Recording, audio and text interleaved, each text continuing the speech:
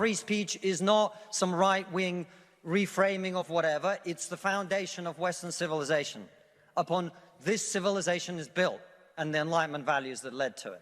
I don't have to make the point that has been made by far better people in the past, that the only way to deal with the problem of racism is to treat people on the content of their character and nothing else. And the fact that woke culture seeks to overturn that is a new form of racism that we must all oppose.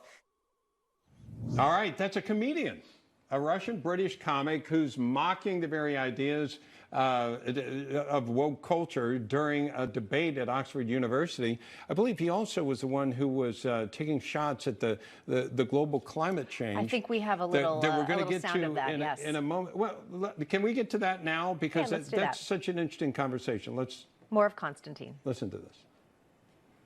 It's going to be decided by poor people in Asia and Latin America who don't care about saving the planet.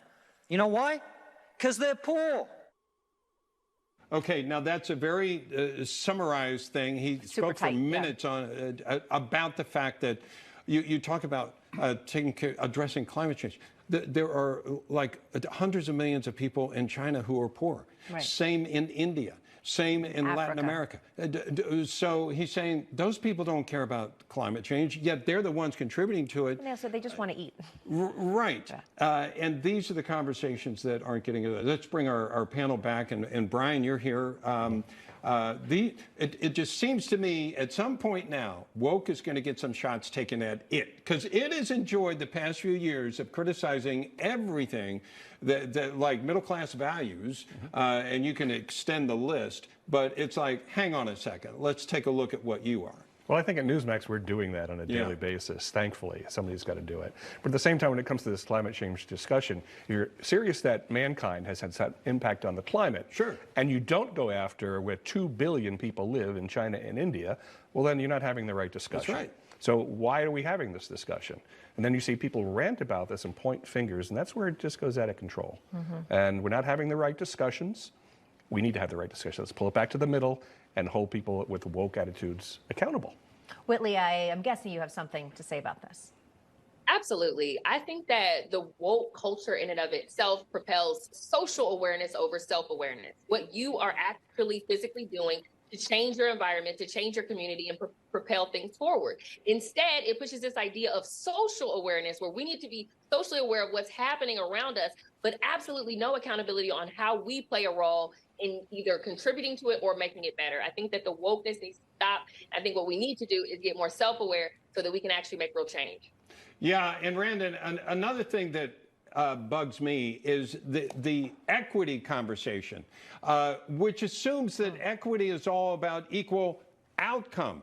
I got news for you. Life just doesn't work like that. And then they take shots at things and call them racist. For instance, we had the story where being on time is racist. That was one of the things that was being alleged. And it strikes me that, you know what? That's not even a race conversation. That's like a class conversation. And by that, I mean, what makes you middle class? The fact that you're willing to delay gratification for something good down the road. You'll go to school. You won't do certain things until it's time. Everything doesn't have to happen right now. Those are middle-class values that help make this country strong, and those are the ones that woke culture is taking shots at. Yeah, absolutely. I would argue that equity is actually about opportunity. And as long as we have government in the way, individual opportunity, whether that's through big government policies or government-run education, individuals are not going to be able to reach their full potential. So the idea of woke culture, calling individuals out because they don't agree with certain, ideas that they share, this is the ultimate backward way of doing things. But the real problem is that we have this propaganda being pushed down and infiltrated into our government schools. And so now this is just the doctrine that's being taught to our students, which is, more than anything, why we need educational freedom to uncouple government-funded education with government-run, so that the wokeism, Marxism, cultural war that's happening right now in America does not take over our K through 12 education system. Yeah. Yeah, speaking of taking over our education system, also it seems that parents are more and more pushed out of decisions, important decisions in their young kids' lives, whether it's grooming or pronoun usage in school. And there's something now that's happening, a big controversy in Connecticut over a proposed new bill which would allow children 12 years and younger, 12 years and older, to get vaccinated without parental consent. All right, Brian. You know, as a parent, you take away my rights and responsibilities as a parent, I'm coming for you, all right? You don't do that. You know, I saw the evil in that title of the book, It Takes a Village. Well, the village is not taking away my rights. I'm sorry. These are my kids, and I give you the same benefit to raise your kids the way you decide to raise them. But for government to take things away from us, no, it stops right there. Yeah, Whitley, it's just, again, as a parent, this is craziness, the idea that a 12-year-old who's just doesn't know so much about life and about health and about is not mentally mature. I could argue they're not up to 18 either, or even 21. But 12 years old, certainly parents need to be involved.